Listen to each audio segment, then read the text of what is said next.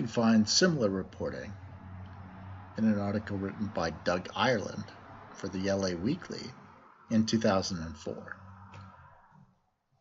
Here, Ireland says, remember how congressional leaders on both sides of the aisle deplored the torture of prisoners at Abu Ghraib as un-American? Last Thursday, however, the House quietly passed a renewed appropriation that keeps open the U.S.'s most infamous torture teaching institution, known as the School of the Americas, or SOA, where the illegal physical and psychological abuse of prisoners of the kind the world condemned at Abu Ghraib and worse has been routinely taught for years.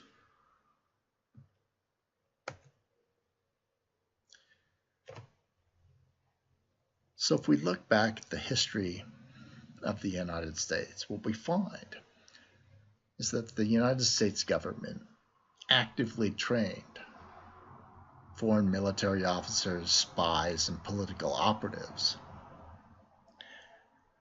and supported and even supervised their activities when those activities were classified according to the Geneva Convention on Human Rights as torture. And this is just a fact about the behavior of the United States dating back at least to 1963. Now I want to turn our attention to a brief discussion of the period starting around 2003 and ending around 2010. And this was a period that was after the invasion of Afghanistan and 9/11. And during this period, the U.S. Department of Justice, under Attorney General Roberto Gonzales, prepared a series of memos prior to the 2003 invasion of Iraq.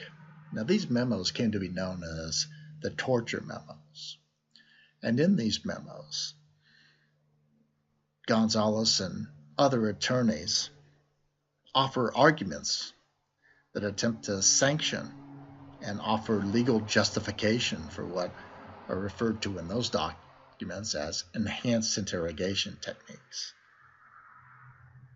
And infamously, in these documents, Roberto Gonzales refers to the Geneva Convention as a quaint old document, suggesting that it's irrelevant in contemporary times. In addition to these memos, which were discovered through Freedom of Information Act inquiries, just a few years after 2003, a memo was also recovered through the same Freedom of Information Act that refers to an executive order sanctioning such techniques.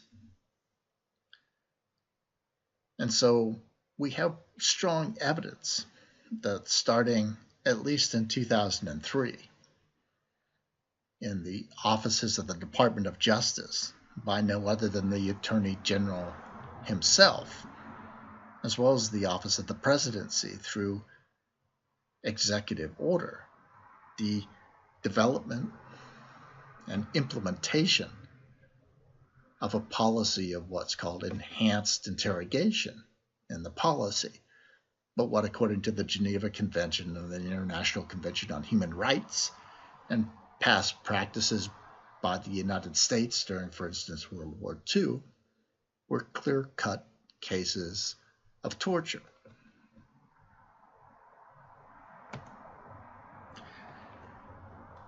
Now, these memos surfaced when reporters discovered the activities at a particular prison, a prison that now has a certain amount of infamy, named Abu Ghraib.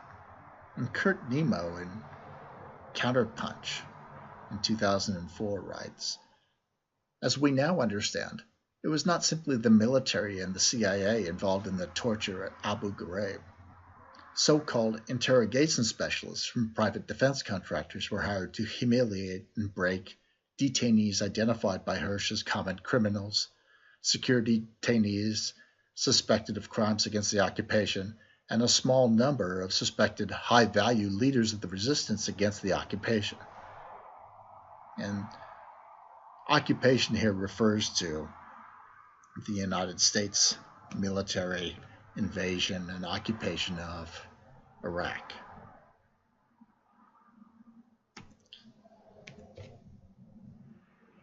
And again, from that 2005 Guardian article, Naomi Klein tells us, and in Iraq, the dirty work is already being handed over to Iraqi death squads, trained by the U.S. and supervised by commanders like Jim Steele, who prepared for the job by setting up similar units in El Salvador. The U.S. role in training and supervising Iraq's Interior Ministry was forgotten, moreover, when the 173 prisoners were recently discovered in a ministry dungeon, some tortured so badly that their skin was falling off. Look, it's a sovereign country. The Iraqi government exists. Klein quotes Secretary of Defense Donald Rumsfeld. And then she observes that he sounded just like the CIA's William Colby, who asked in a 1971 congressional probe about the thousands killed under the Phoenix program, the program that he helped to launch, replied that it was now, quotations, entirely a South Vietnamese program.